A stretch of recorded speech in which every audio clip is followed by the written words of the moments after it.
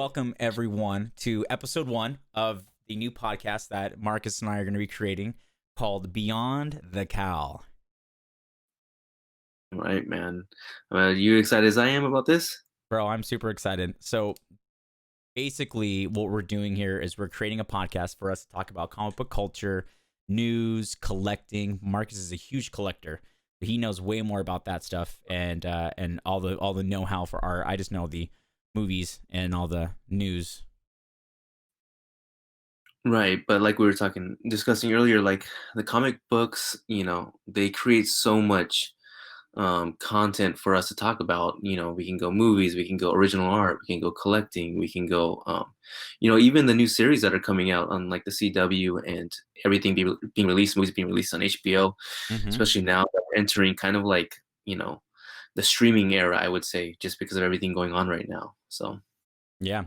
I mean, with everything going on, it's like with COVID and everything like that. 'Cause that's a big thing now. Uh, Everyone keeps thinking like, okay, what are we gonna do? And then recently, I sent you the article that like HBO is gonna be releasing all their big movies on HBO Max next year. Not just like Wonder Woman, but Godzilla versus Kong, Dune, Matrix 4. Right, and that's kind of crazy because I mean, you kind of got to look at it and kind of think, what it's gonna do to the theater industry. And I think, especially now with DC and Marvel going, DC's obviously is on HBO, and Marvel with Disney, they're kind of competing, and they're pulling all this content from comic books and comic book IP, especially with kind of like the success of like The Boys, Umbrella Academy, Mm-hmm. uh, Old Guard, the movie, so it's Yeah. just like it's big business for online streaming right now. Well, so I mean, like honestly, like with the whole thing going on, like I think Disney will have to decide if they want to make the big moves by pushing everything onto streaming because like HBO's doing it, and I mean, like the first thing that sold that idea was Zack Snyder's Justice League, and so now if they're really gonna put Wonder Woman, and I don't know if you know this about like for example, like Netflix. Netflix doesn't release very much of their numbers on how their shows do. And so I'm curious because like I don't know if you saw this, but like HBO specifically said that you cannot watch Wonder Woman on a free trial. And that's kind of a smart move because I mean I feel like a lot of people kind of do that, like sign up for a free trial. Okay, I'm gonna watch this, but if you really think about it, they're releasing so many movies in 2021 on HBO. It would just make sense to just sign up for HBO, Mm-hmm. especially Yeah, if you like DC Comics or the intellectual property that it provides. yeah. So it's just, I mean, I'm gonna sign up for it. I don't have it right now, and I have Roku, which for some reason It's it's not I on think Roku. yeah, I think they're It's kind of like going back and forth with so HBO Max. so I got HBO Max originally for Big Bang Theory, and when I got it, I couldn't put it on my Fire Stick. I can only watch it on my iPad or Apple TV. Roku and Fire Stick, like Amazon, do not have a deal with HBO Max yet. Right, and that kind of sucks for us, but Yeah. you know, Well, it's all I mean, like and also if you think about it too, a subscription to HBO Max is $15. yeah. Like my friends and I, when I'm back home, we're gonna do a Wonder Woman viewing party, and there's gonna be like maybe like 8 or 9 of us watching one movie for $15 on one screen.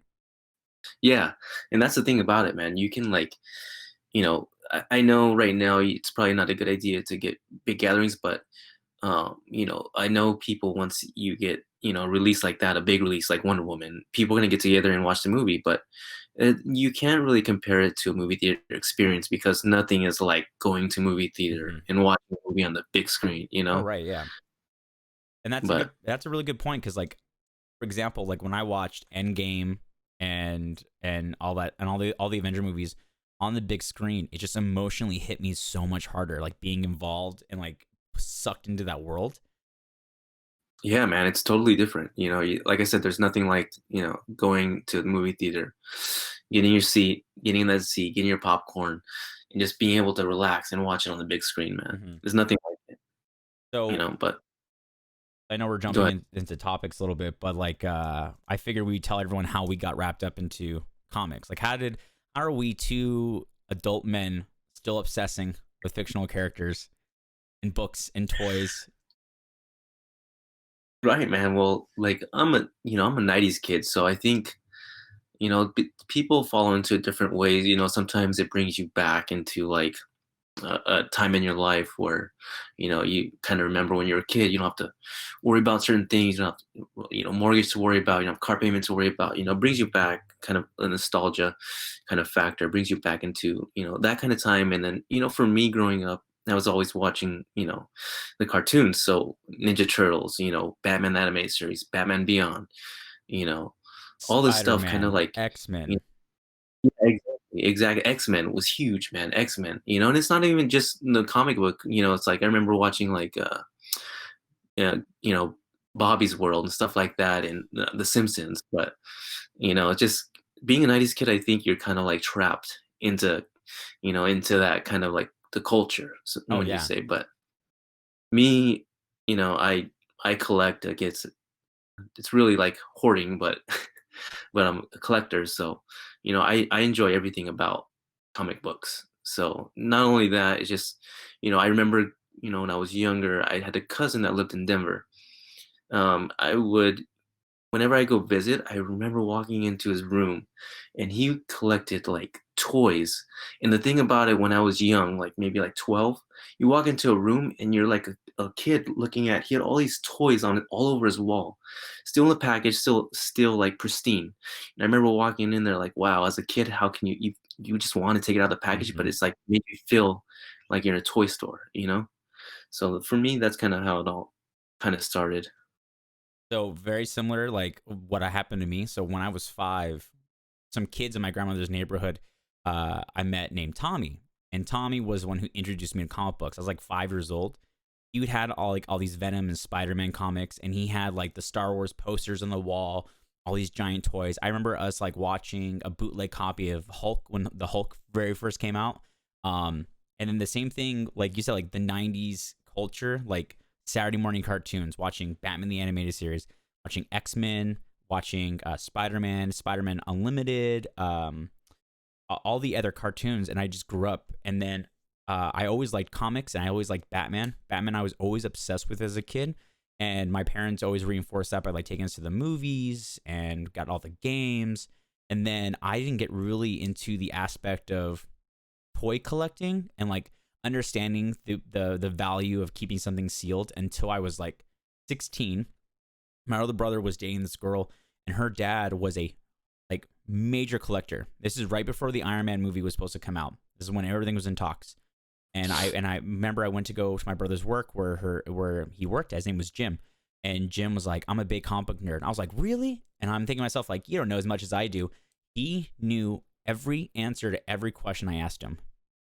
Who's this? What? Every answer. And so he goes, oh, he goes, have Jonathan bring you over to my house and I'll show you some of my collectibles. I'm like, oh, cool. So we go over and just, I mean, statues, like $800,000 statues everywhere. And he goes, oh yeah, my storage unit has double the amount of this stuff.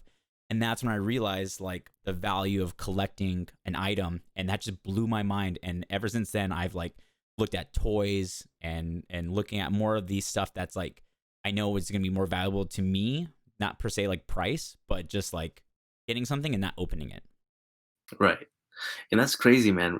Remember that link that I sent you earlier with Prime when all the new statues are coming out? Oh God. Crazy how how detailed these statues are, and how it just makes you like kind of sit back and think like some of these people collect these like all these statues, and it's just, man, what do you do for a living? How can you afford all of these statues? And a big one. I don't know if you've heard of a guy named Gem Mint.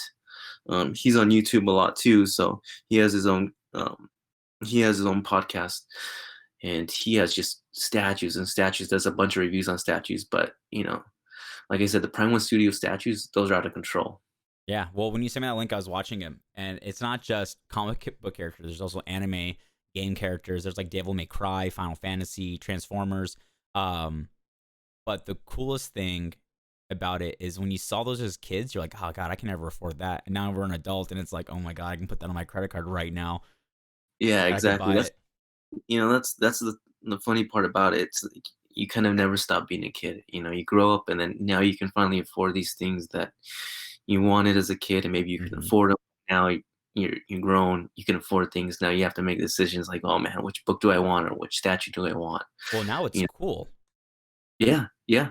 And and it's such a big business now, especially with the blockbusters that have come out, for everything from Marvel Cinematic Universe to, my favorite, the Batman trilogy with Hmm. Christopher Nolan, so it's just such a big industry. And like you said, you can go so many routes, with this kind of in this culture.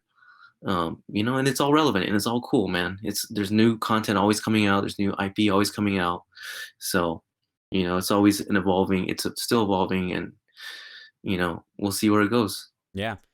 And I mean, that's the one thing is when we are talking about like Marcus and I were just like talking random stuff about comics at work, and we were jokingly like, man, we see all these podcasts, like we could do that. We can we can come up with this kind of content.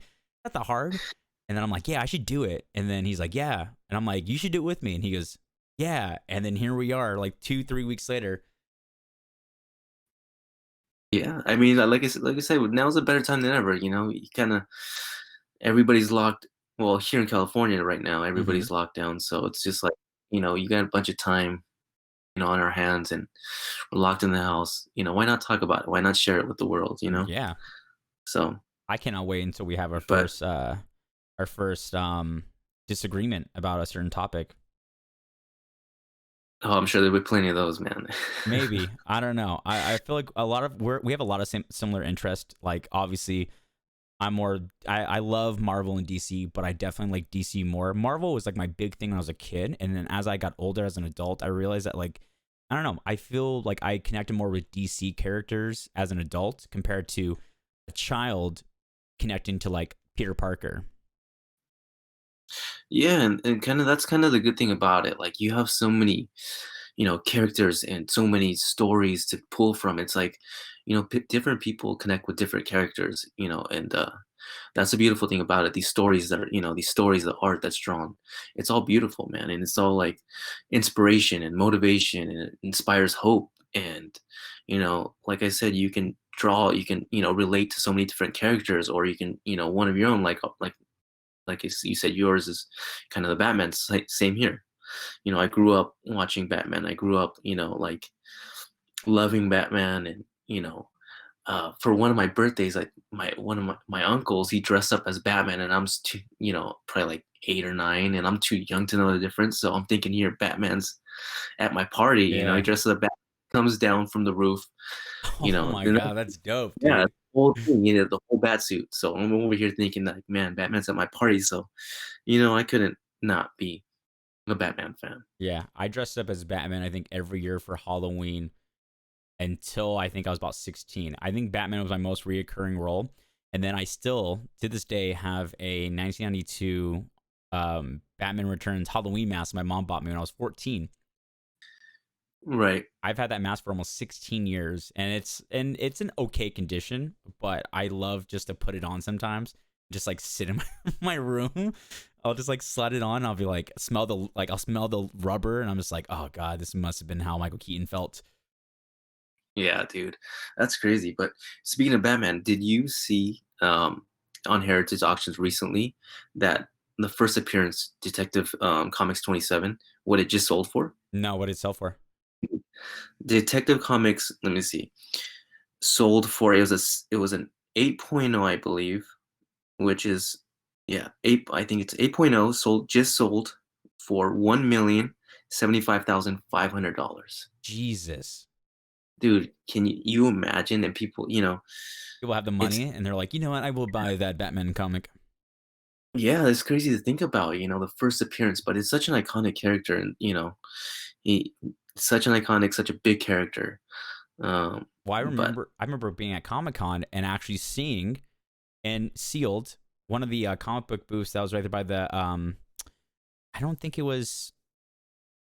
I want to say it was CGC. I can't remember if it was that booth, but they had a Superman #1, and they yeah, had a lit.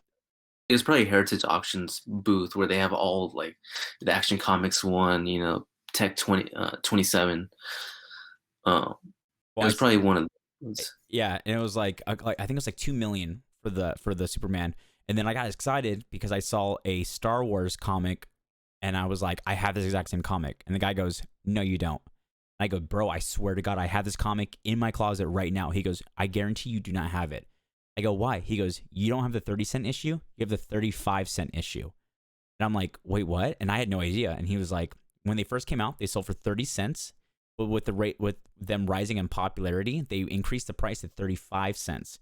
So the 35-cent are the more common copies compared to the 30-cent copies. Just a little difference, man. And I Makes went, a bro, I rushed home. I go, fuck, I think I had 10 grand sitting in my closet. Nope. I got maybe $2. Yeah, you can only be so lucky, man.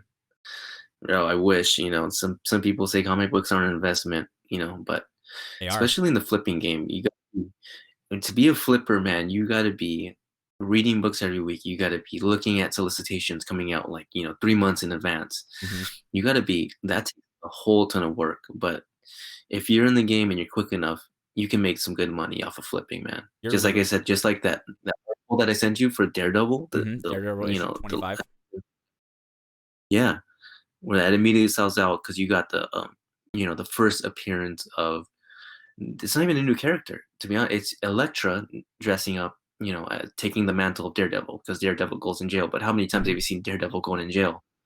I think it's just an opinion, but he's he's gonna be back out sooner than later. Oh, well, So, it has to be. but yeah, if you're quick to move on it, you can see those eBay prices already going up to $100. So quick to move on, you can make some money. But Yeah. like I said, flipping is a lot of work. But if you have these older books, I mean, those are money, man. So they're just continuing to rise, and it's crazy because right now more than ever, I feel like a ton of people are out of work, but for whatever reason, the pricing just keeps going up and up and up on these books, man.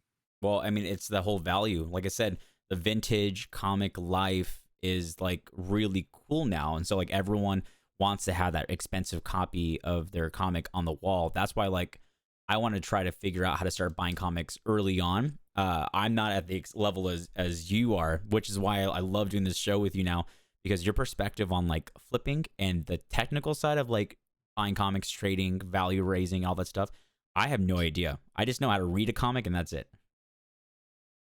Yeah, man, and that's the biggest part about it. You got to be, but reading, really the hobby, if you really love it, a lot of people, like I've never sold anything that I have. I've always collected, never sold.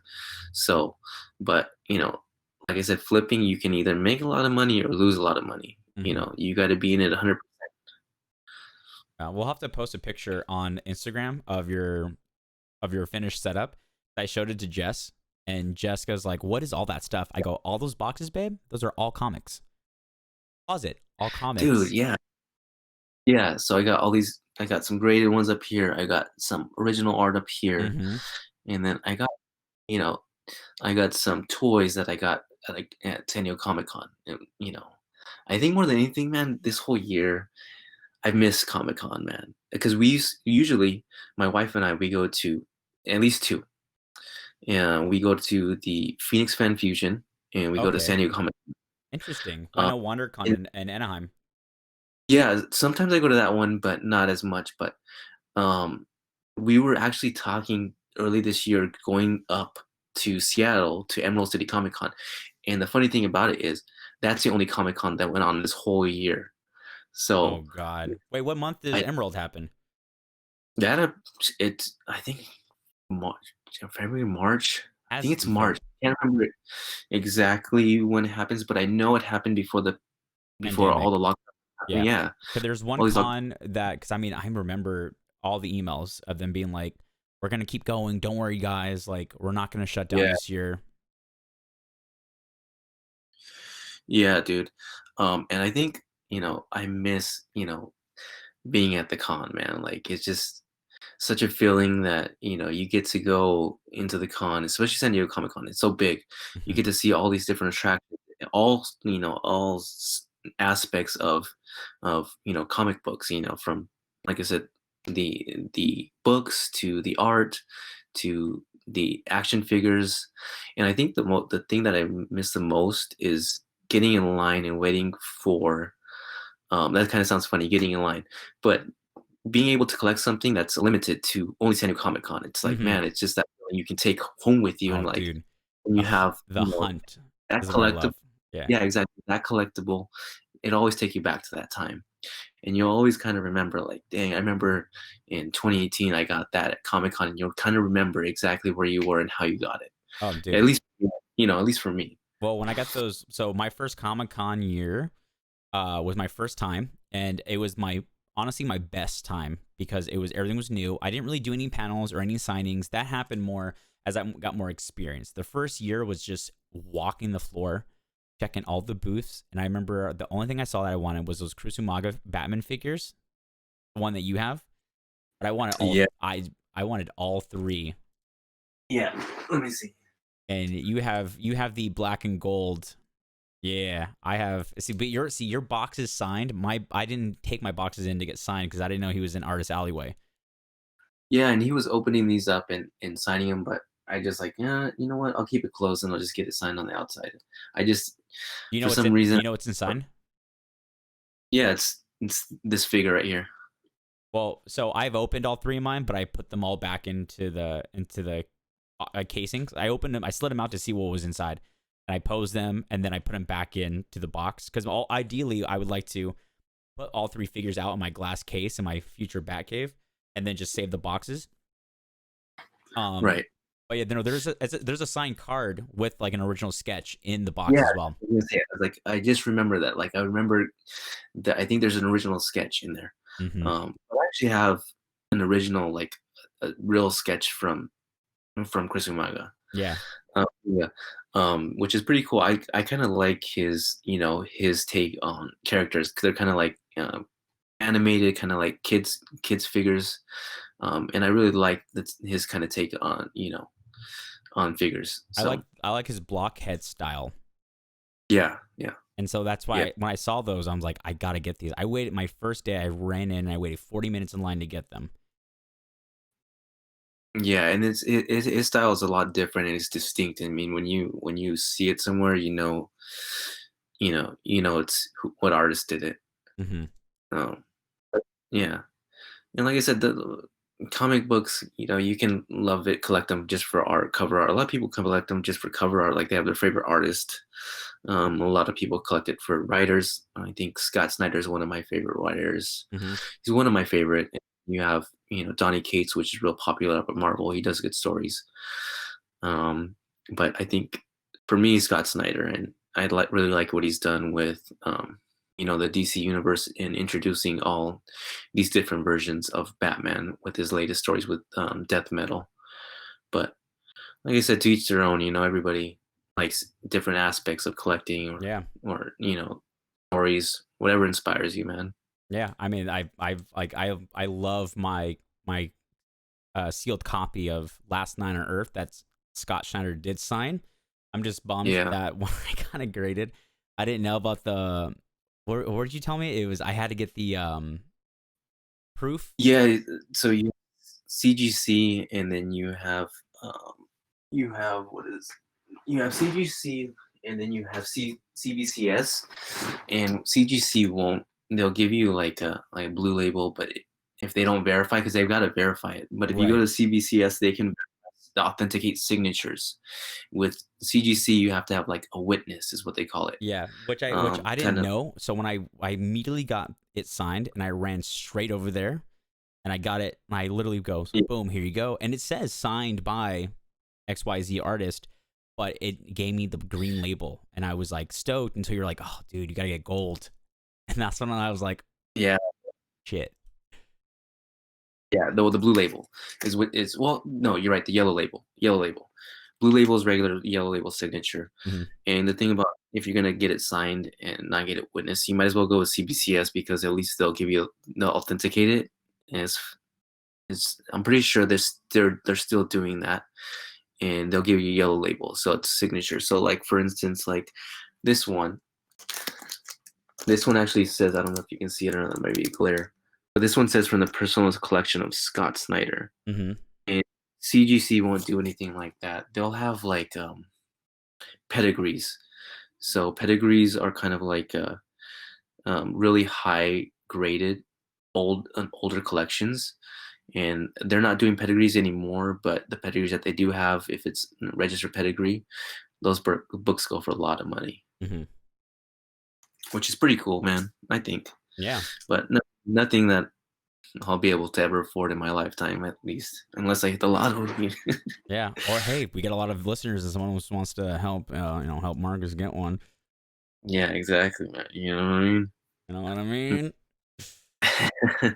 Um, but yeah, no, this is I'm glad that we were able to finally do this, get this podcast up and running finally, and now is the time. Yeah, yeah, yeah, exactly. First episode, so we'll see where we go from here. Hopefully, we're able to. I mean, like I said, there's a ton of stuff to talk about, so that people are always interested in, like latest news and everything like that. So Hmm. we'll always have something to talk about. Hopefully we get better from here and see where it goes. See where it takes us. Yeah, I mean, already I'm having the most fun I've had all week. Yeah, man. I mean, Ugh. when something can take you back to your childhood or a good time in your life, well, how can you Hmm. not, right?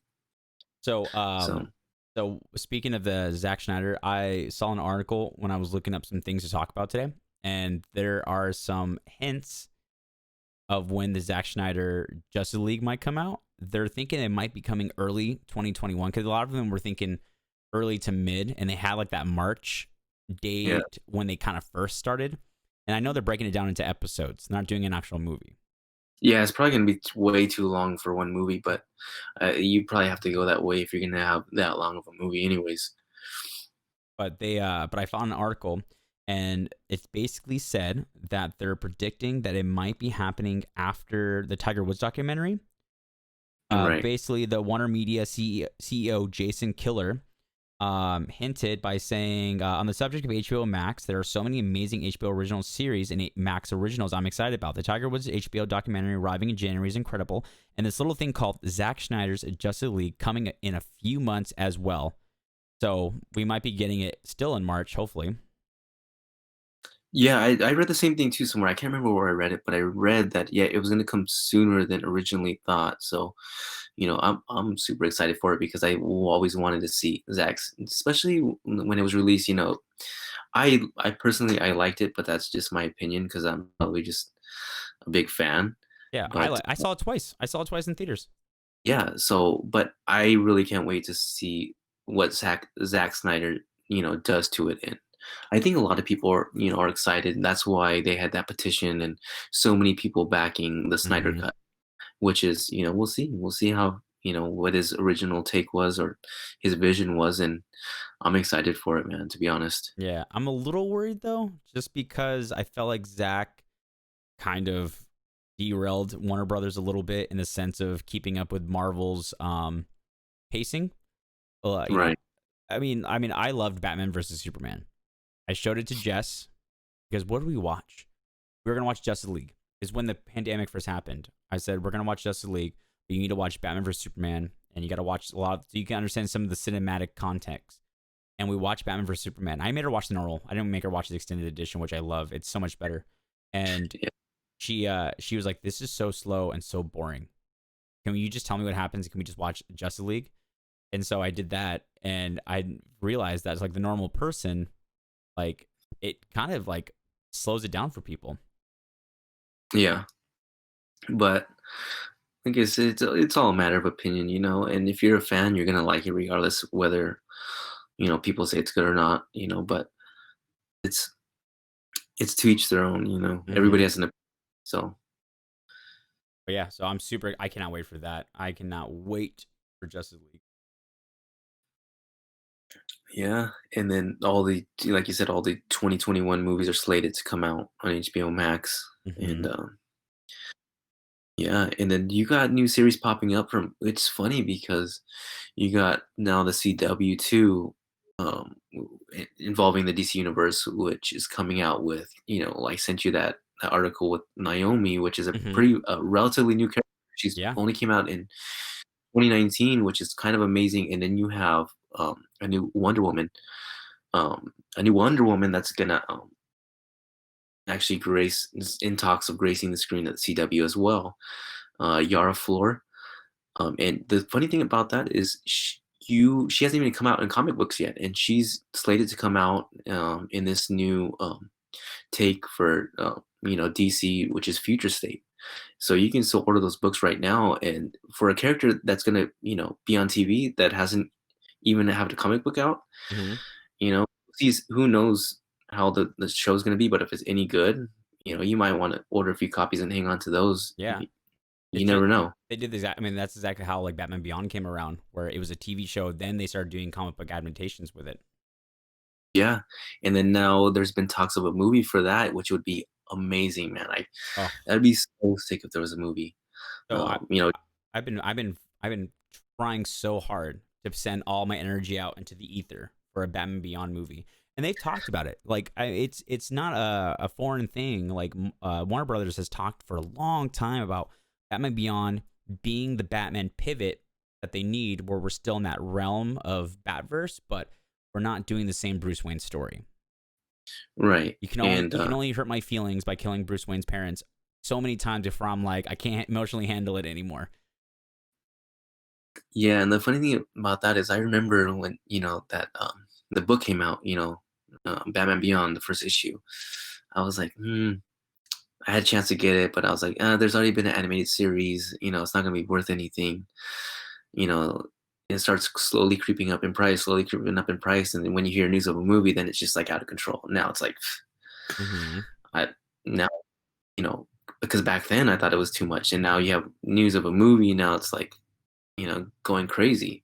Same thing with Spider-Man Miles Morales. You get him in animated movie, and that book just shoots to the moon where you can't even afford it anymore. It's like $2,000 book all of a sudden out of Hmm. nowhere. Well, then we got the You, Miles Morales you could have got game.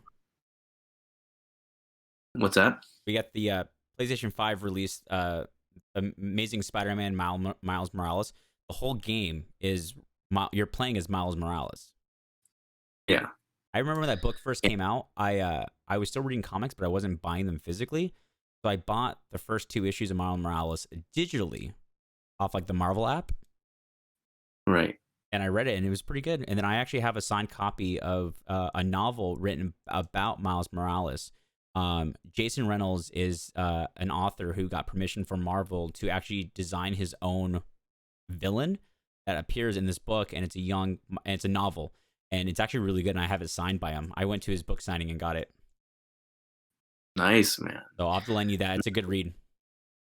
Yeah, and then just thinking the other day, like, hey, you get Miles Morales to come out as a character, and you got all these kids now. That's all of a sudden that's their Spider-Man, and the book's kind of out of control. Like you can't even afford it anymore. But if you really think about it, when those kids grow up, that book's just going to shoot up even more because that was their Spider-Man. Now they have money to afford it, Hmm. and it's crazy. Like all, the movies, the properties, the movies kind of like push the books up. I mean, the books provide content for a movie. It's just crazy. Hmm. It's like a symbiotic relationship between, the stories, the books, and the movies. The movies reach a wider audience, which kind of like can bring people into comic books, and comic books kind of bring people in to go see a movie because they're already a fan. So it's kind of like a symbiotic relationship between Yeah, the cinema universe or in the comic books. So yeah, they go hand in hand. Like you can't have one without the other because regardless what happens, you'll get cinematic people who will be like, I like how they did the story better in the movie. Then you got comic book fans who are like, no, the original story's better. So there's always that little bit conflict. But I love when you hear, like I get so excited when we bring in like new villains and like unique characters that you've never seen before. I love when they do so good. yeah, like yeah. Doctor Strange, Guardians, now the Eternals. Like when Eternals when they come out, it's like you never like when Guardians first came out. I'm like I don't know who the Guardians are. I vaguely know of them from the Fantastic Four, but that's pretty much it. And then Yeah, I watched the movie and I was like, I gotta fucking read their shit. yeah, I think a lot of people were kind of taken off guard, like when Marvel announced that they were going to come out with, like Guardians of the Galaxy or Ant-Man. A lot of people were like, "Why are you going with those?" But then they make such good movies, and it's like, dude, you kind of like, you kind of go into a movie like, "Why are they coming out with this movie?" But it's made so good, and just makes you love the character even more. Like, even obscure characters, that you would never think like. and it's crazy how it works all works out. Mhm.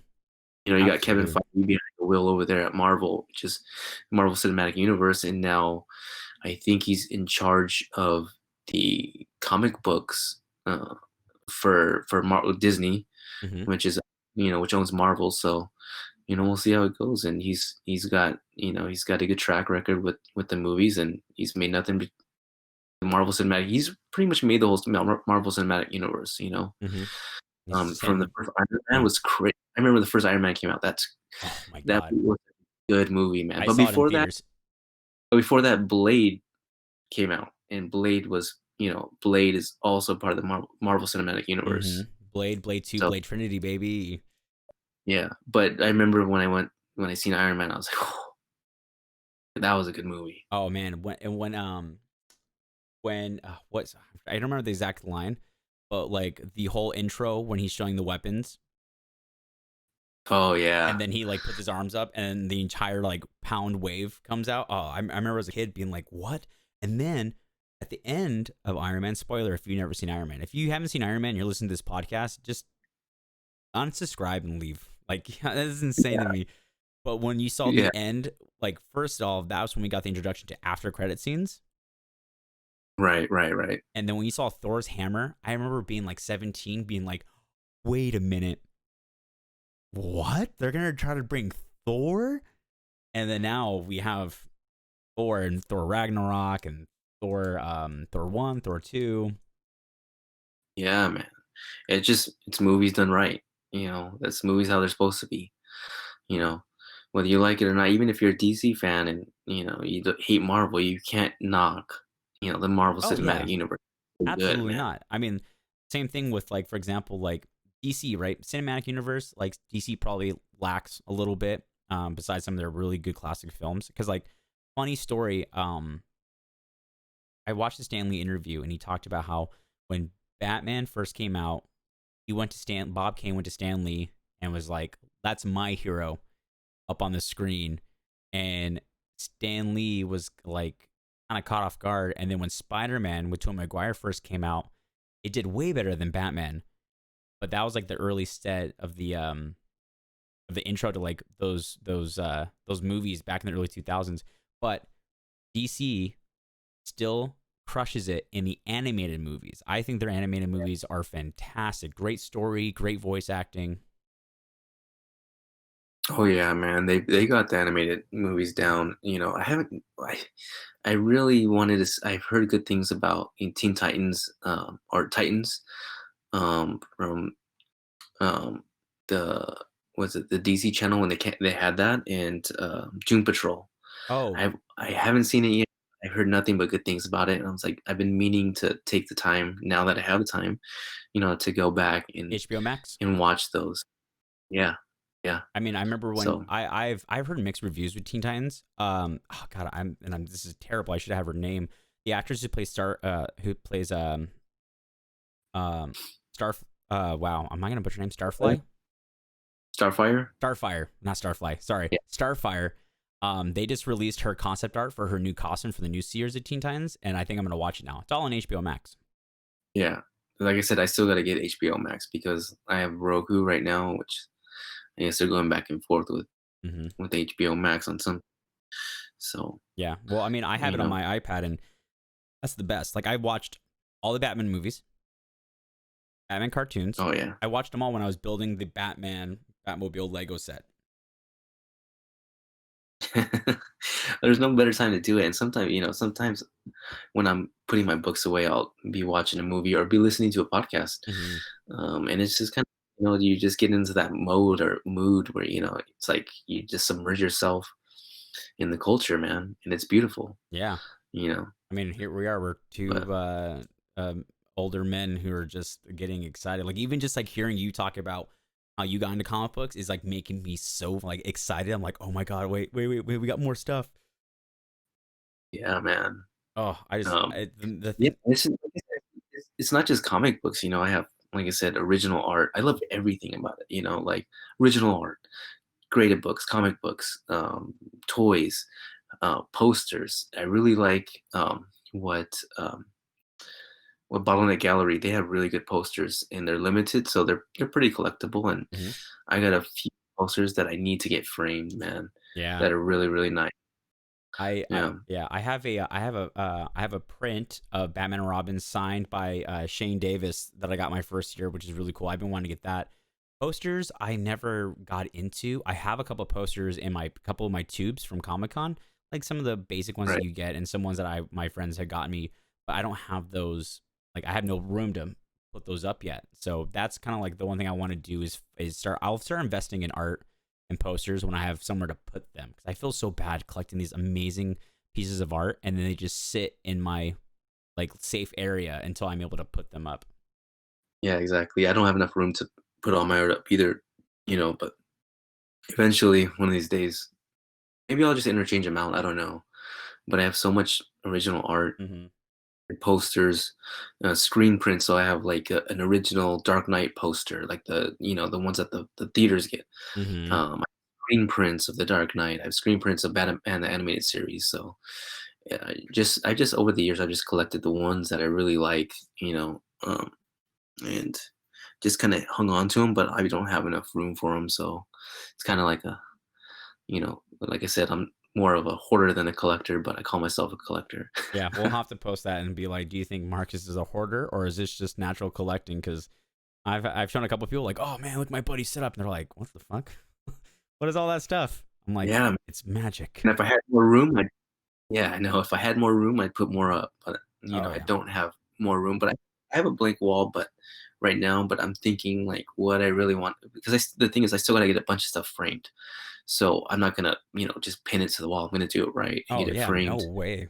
That's like Um, some I mean, I feel so bad for all my awesome posters I had as a kid. Like I remember when the Spider-Man poster first came out where Tom McGuire's crawling on the wall. I had that thing yeah, on my wall for so long to the point where like it was just so ripped on the sides for me repinning it with a pin on the wall. right. Oh man, if I still had that poster, that'd be so great. Yeah, dude. It's just yeah, like whatever interests you and like what I really want, like even though I probably can't afford it, is I want that Prime One studio that I just sent you, the Joker, man. It just looks Mm-hmm. so realistic and that I think bar none is gotta be my favorite favorite portrayal of the Joker. I can't see anything being better than that to me. Just from the opening scene where, the Joker sets up the bank robbery where, you got the henchmen take out each other all the way till the Joker takes out the last henchman, which is like I remember when I seen that opening scene, it just blew my mind. Mm-hmm. I was like, "Whoa, man."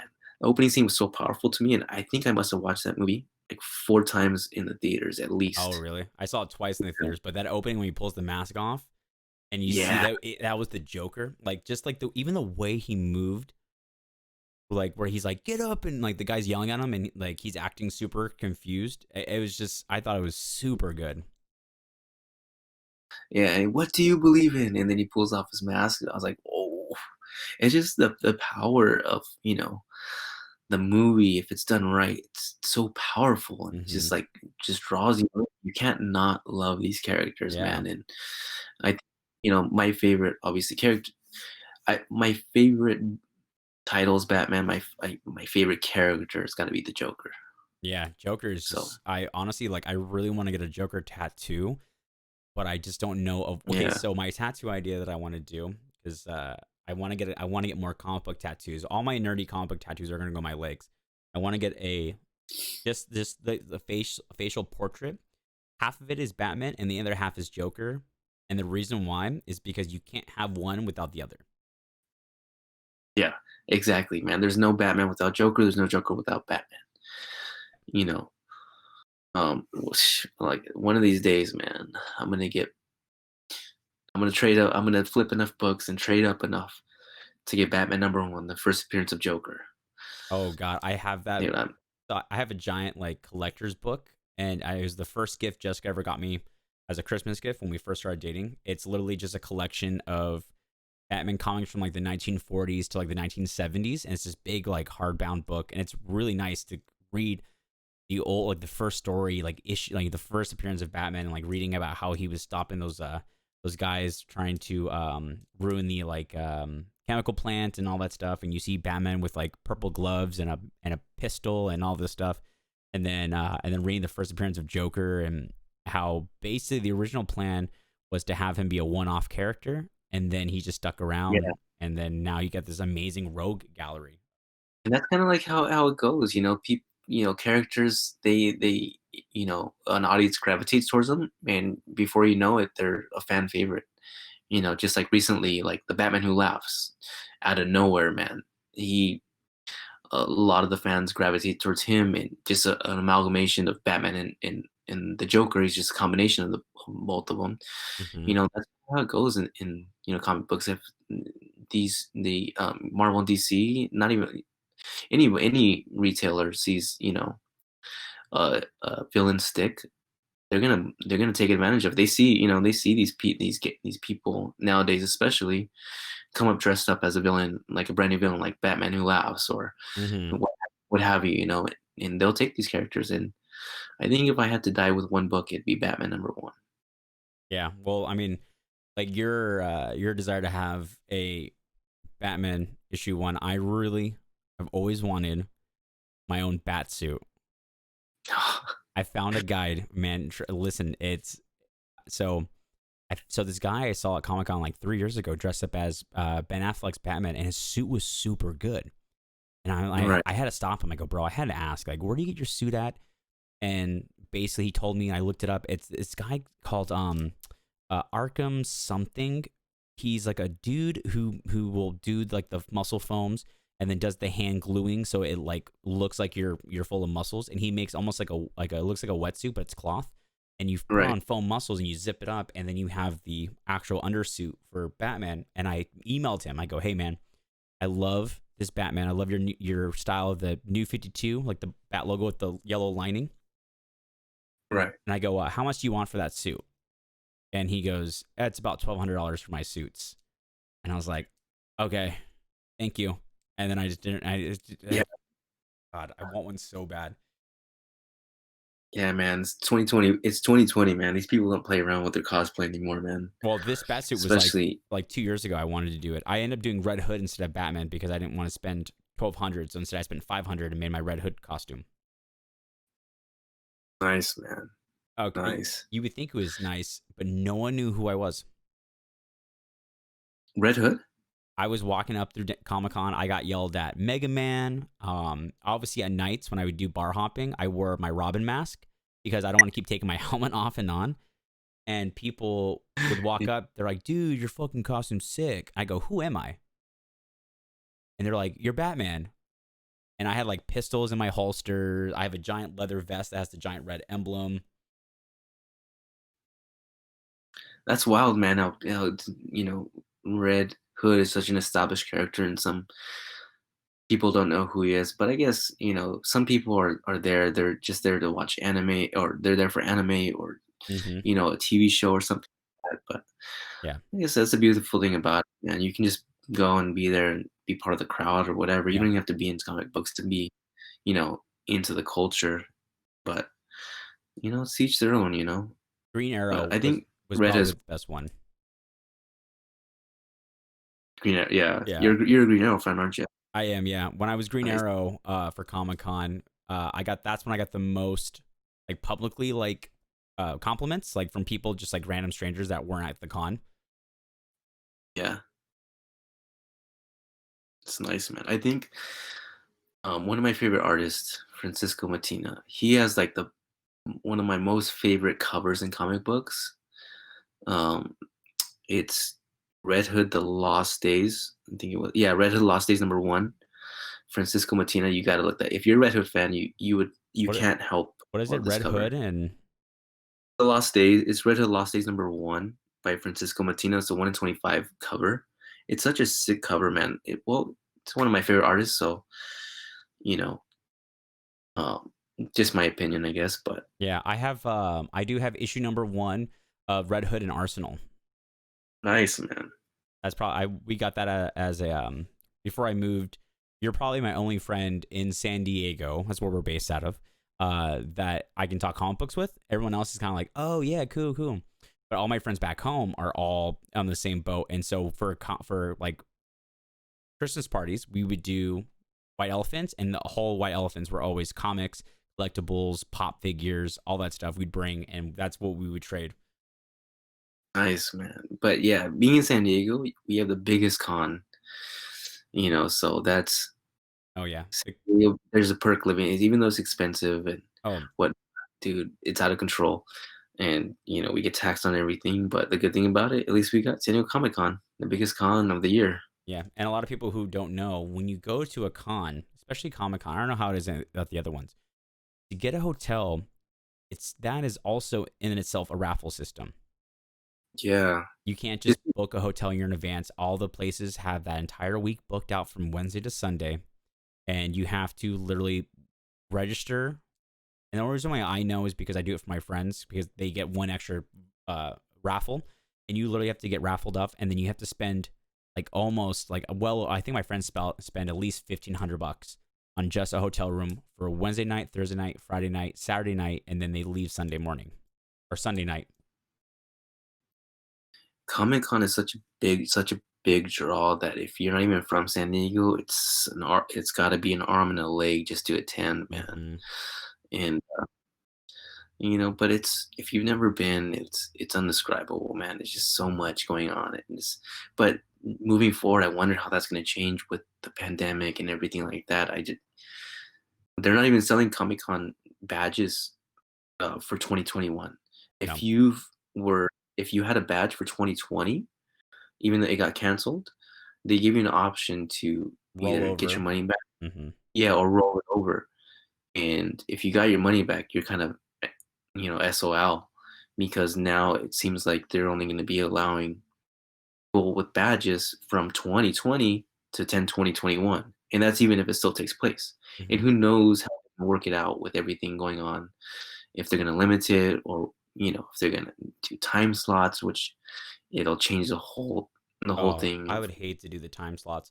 But yeah. what I did notice though, is after, I mean, at least for me, uh, by like Saturday, like I don't mind if I take like well, okay, it all depends on if I have any signings or panels that I got. If I don't have any, then like I don't mind spending like noon to like 3:30 or 4 not in the con, because I went and got lunch and I went to go take a break or switch back into a costume, switch back out of a costume. Usually for me it's like Thursday, Friday, and like half of Saturdays when I'm like on the floor from like start to finish. Yeah, bro. And for me, I can probably be there all day. I'll go in the morning to get there first thing in the morning for the collectibles. So I'm there getting collectibles, getting exclusive books, getting figures, like just the whole thing, man. I'm already gonna call it. I'm gonna give us at least 2 to 3 years, and then we'll be having our own booth at Comic Con, at any of the cons.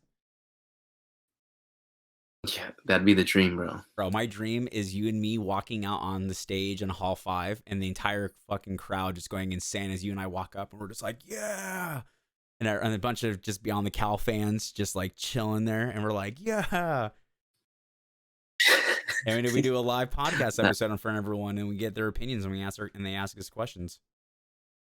yeah, I'll tell you, that'd be the day, man. That would be the day.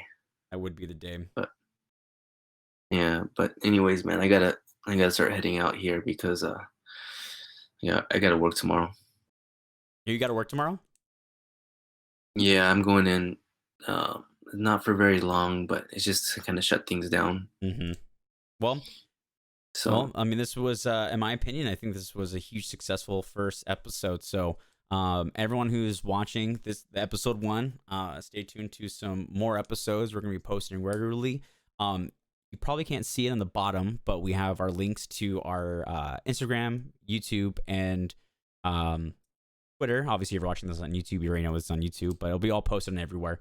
So, but thank you guys so much for joining us on our journey here at the Beyond the Cowl podcast. Marcus, you want to say anything else to our no, lovely man, fans?